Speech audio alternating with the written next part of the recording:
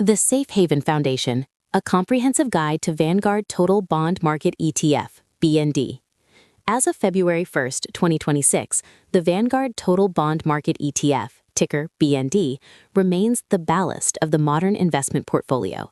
While the stock market, fueled by AI innovation and high-growth tech, often steals the headlines, BND performs a quieter but equally essential role, protecting wealth, providing regular income, and reducing the terrifying swings of the market. For an investor today, BND is the ultimate middle ground. It is a massive, diversified collection of over 11,400 investment-grade bonds.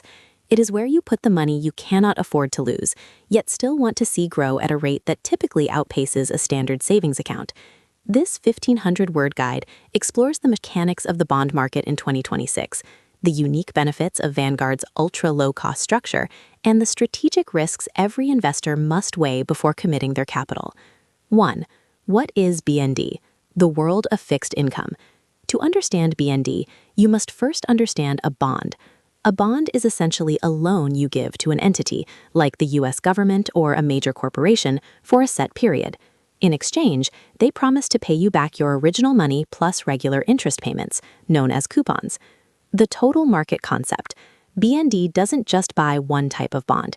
It tracks the Bloomberg U.S. Aggregate Float Adjusted Index, which is the gold standard for the total U.S. bond market. Government stability. Roughly 69% of the fund consists of U.S. Treasuries and government-related bonds. These are considered the risk-free foundation of the financial world because the U.S. government is almost certain to pay its debts. Corporate strength. The remaining portion includes high-quality, investment-grade corporate bonds from companies like Microsoft, Amazon, and J.P. Morgan. Mortgage-backed securities, MBS. BND also includes bundles of home mortgages guaranteed by government agencies, providing a diverse stream of income from American homeowners. 2. The 2026 financial profile, yield and return. In early 2026, the bond drought of the previous decade is officially over. Following the interest rate hikes of the early 2020s, bonds are once again providing meaningful income. Key statistics as of February 1st, 2026. Stock price, $74.23. SEC yield, 4.15%. This is the annual income you can expect based on the interest the fund earned over the last 30 days. For every $10,000 you invest, you can expect roughly $415 in annual income, typically paid out in monthly installments. Expense ratio, 0.03%. Vanguard continues to lead the industry in cost efficiency. You pay just $3 per year per every $10,000 invested. Monthly dividends. Unlike many stock ETFs that pay quarterly, BND pays out its interest every single month. This makes it a favorite for retirees or those looking to supplement their monthly income. 3. Why invest in BND in 2026? The 3 pillars. Investors usually turn to BND for 3 specific reasons: diversification, income, and capital preservation. The ballast effect, diversification. Stocks and bonds often have an inverse relationship. When the stock market crashes, perhaps due to a sudden tech bubble burst or geopolitical tension, investors flight to quality. They sell stocks and buy the safety of bonds. This surge in demand drives bond prices up. If your portfolio is 80% stocks and 20% BND, the gains in BND can help offset the losses in your stocks, preventing your total account balance from plummeting. Consistent cash flow, income. In 2026, with the neutral rate of interest sitting around 4%, BND is a reliable income engine. For an investor who wants to live off their dividends without selling their shares, BND offers a much higher yield than growth-heavy stock funds like SCHG or VOO. Capital preservation. BND is not meant to make you a millionaire overnight. It is meant to keep you a millionaire. While the price of BND fluctuates, it is nowhere near as volatile as Bitcoin or individual tech stocks. Its beta is plus or minus 1.0, meaning it moves exactly with the index and provides a stable floor for your wealth. 4. Understanding the risks, the interest rate trap. The biggest mistake new bond investors make is thinking that bonds can't go down. In 2026, you must be aware of interest rate risk. The inverse rule. When interest rates rise, bond prices fall. Think of it this way. If you own a bond paying 4% and the Fed raises interest rates so that new bonds pay 5%, your 4% bond is now less attractive. To sell it, you have to lower the price. Duration in 2026. BND has an average duration of 5.7 years. This is a measure of sensitivity. Rule of thumb: for every 1% that interest rates rise, BND's price will likely drop by about 5.7%. Conversely, if the Fed cuts rates by 1% in 2026, the price of BND should rise by about 5.7%.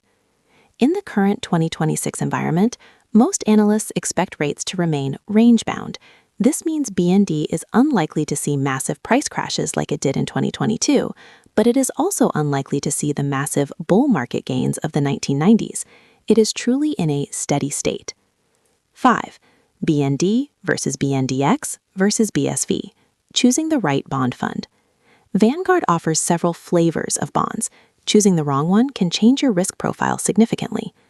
BND, Total Bond Market, the all-in-one choice for U.S. exposure. It covers short-term, medium-term, and long-term bonds. BNDX, Total International Bond. This fund buys bonds from Europe, Japan, and Canada. It is usually paired with BND to create a total world bond portfolio. BSV, Short-Term Bond. This fund only buys bonds with 1 to 5 year maturities.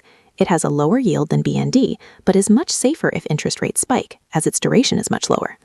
For the average investor, BND is the most efficient starting point because it balances the higher yield of long-term bonds with the safety of short-term ones.